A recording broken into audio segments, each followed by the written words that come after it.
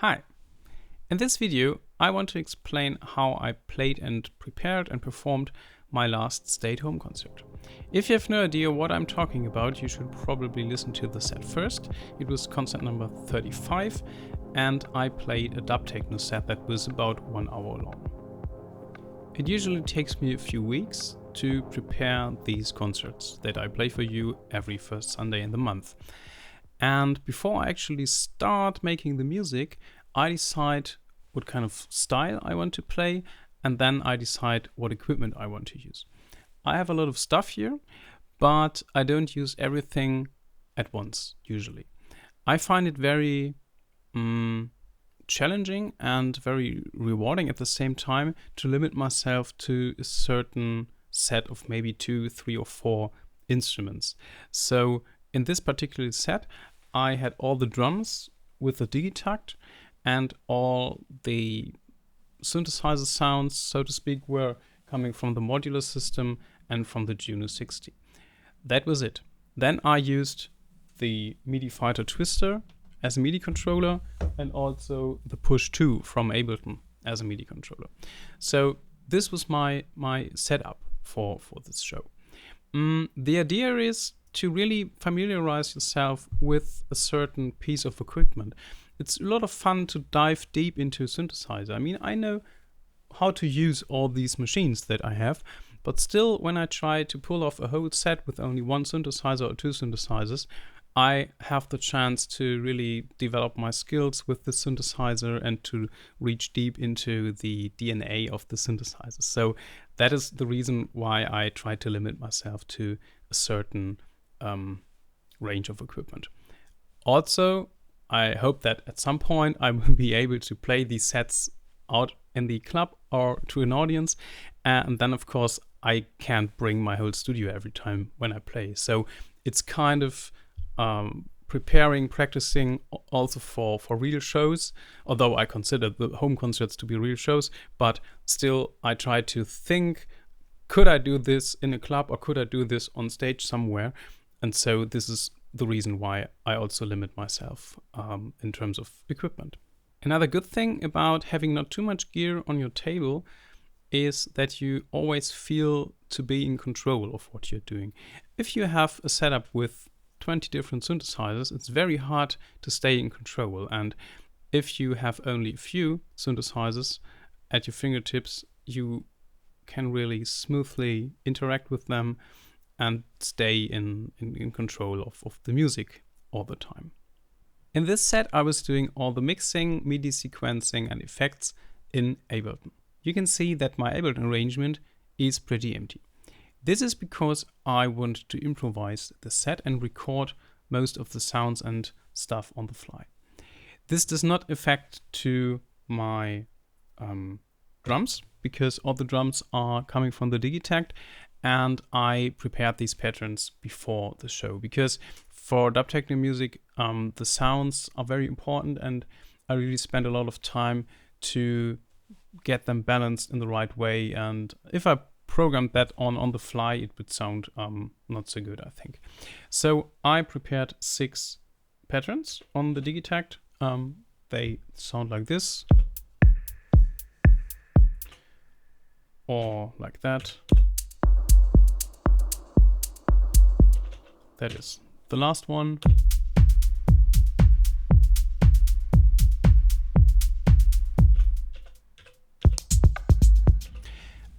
And if you watch the screen, you can see how I routed the digitact in my Liveset.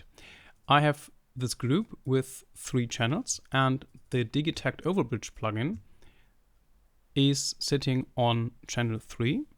And from there, I routed channel 1 to which only has my kick drum, and channel 2 which only has the sub bass sounds. To have this going on the set, I have to be careful with what I do in the digitact. So of course I always have to put the kick drum on channel 1, track 1, and the sub bass sounds on channel 2. So I have this MIDI Fighter Twister, which is a MIDI controller that is completely customizable and really powerful to use with a set like this. I play this pattern for you. And with this setup, I always have the volume of the kick drum on this first knob. And I also can click it to mute it. So when I quickly want to mute the kick drum, I can always click on this button. Very nice. Then I have the sub bass sounds on the second channel.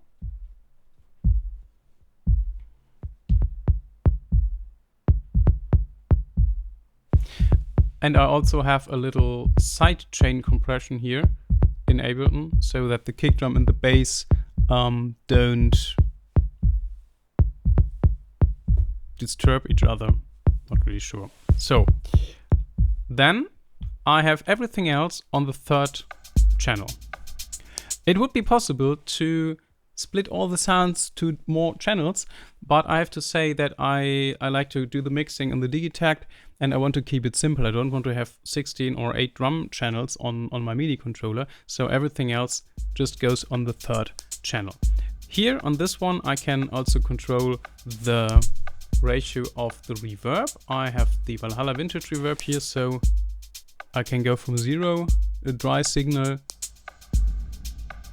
to this. You can also see that I changed the value range. So this knob does not go from 0 to 100%. Instead it goes from 0 to 24. So I have the whole range of parameters that make sense from a musical point of view mapped to this controller. So yeah, like this. Channel 1 and 2 are my 2 modular channels. Each channel is like a synth voice. I have this Mutable Instruments MIDI interface on the left, and on the bottom right I have an audio output module. So they both have their own audio inputs and MIDI channels. And what I can do here is play something on this keyboard.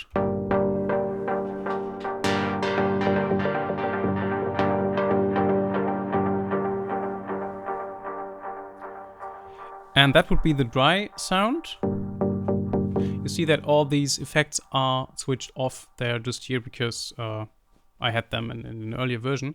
But then I have 2 effect sends that are important. The first one is a very short one. And by the way, with my MIDI fighter, I can easily control the feedback ratio. So this is a very short feedback. And then I can go to a higher value, or go into the endless, all at the fingertips of one knob. Very handy. By the way, the echo I'm talking about on the effect send is the Valhalla delay. It's, I think, the best delay you can get at the moment.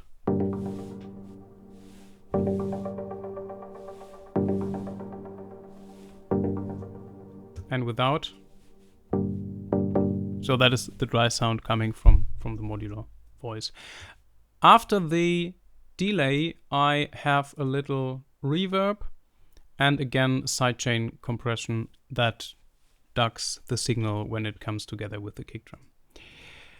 Then I have exactly the same on channel 2, but with a different synth voice. The first synth voice was coming from Mutable Instruments plates going into ripples, and the envelopes were created with maths from Make Noise.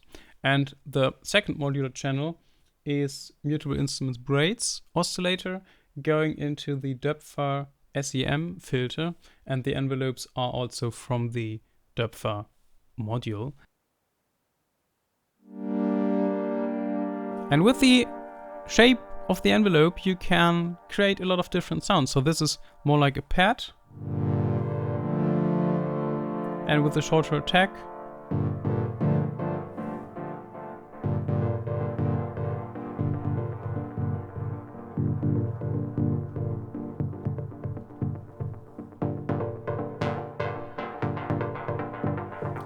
it really makes a lot of fun to change these sounds just by changing the envelope and playing with the filter settings. So this is really an absolutely basic setup. It's just the oscillator with this cord, 3 notes, a minor chord, going into a filter, and this filter is going into an VCA, and both are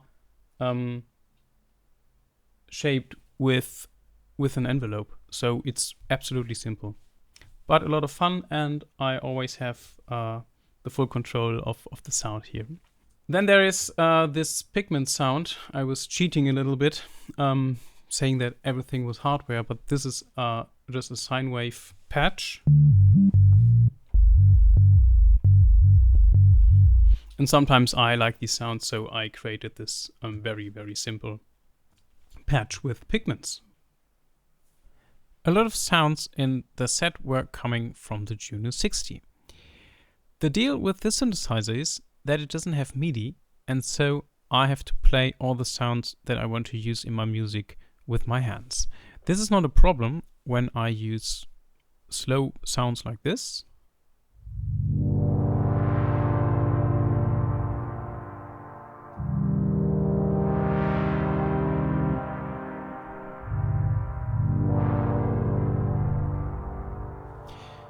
But when I play more percussive sounds like these, I have to make sure that I stay in the tempo.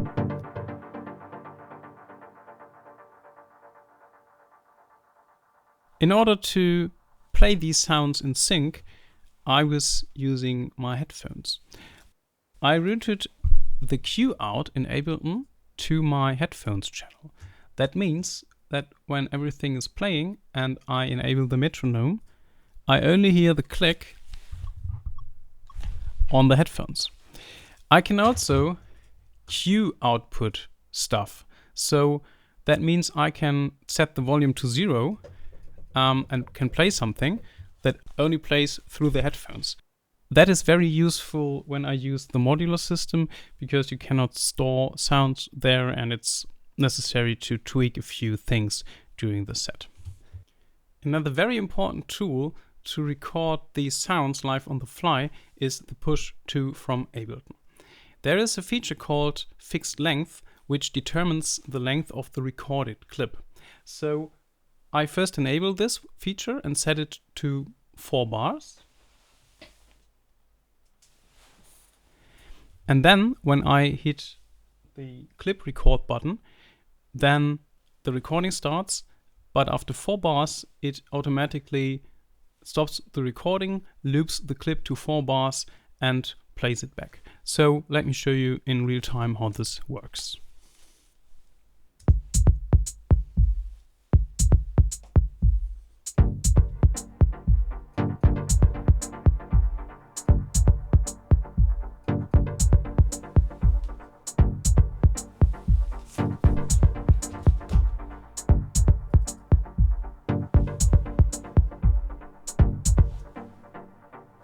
So, simple as that. I don't need MIDI to make music, but instead I have 3 audio tracks. They are all the same layout, same routing. So if I decided to have a second sound from the Juno, I could record this on a second channel. Maybe this time I set the recording length to 8 bars.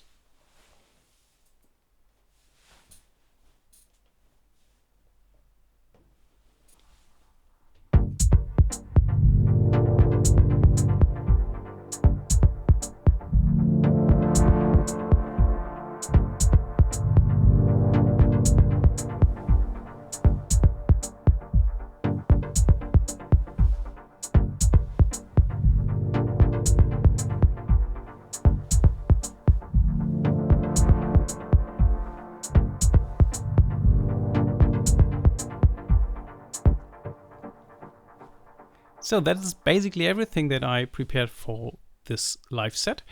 There are a few things in this hidden group folder that I'd like to go through. And for the 6 tracks, I prepared some drone. So this is basically a chord that stays the same all the time.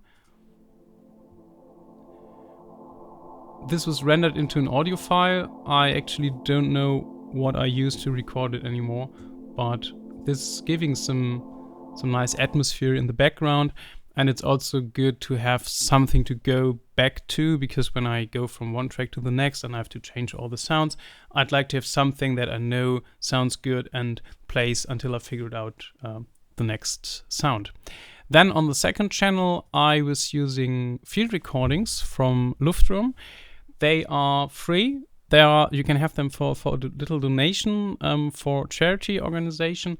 And the first version was already ridiculously good, but now I saw that he released a new version with 22 GB of field recordings, and the quality of these are absolutely stellar, so you should check them out. And to give you a few examples, I have this sound here on the first channel. I mean, of course, I use a lot of effects. I have this auto filter here that I can, of course, tweak with my MIDI fighter. So at the beginning, the sound should be very high, and later in the set I take out the frequencies.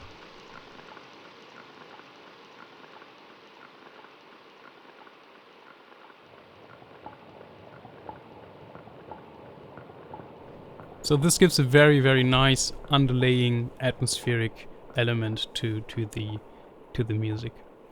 Yeah, and like this, I prepared some backing stuff for the 6 tracks. So this is it for tonight. I hope you enjoyed the video. I'm considering to record a walkthrough video for all of my stay-at-home concerts in the future. Of course, this is a lot of work, and since I don't have Patreon and I don't want to have Patreon, I would really be happy if you supported my work on Bandcamp. I'm a musician and I want to release my music for everyone. I don't want to hide content behind a paywall. I respect everyone who's doing this, but I don't think that I will do Patreon for my account. So a lot of people were asking about this, so I just wanted to address this. So I really appreciate your support on Bandcamp. I think when this video goes live, I will already have the audio released on Bandcamp from the set. And yeah, so I hope you enjoyed the music, learned something, stay creative, stay safe, and see you next time.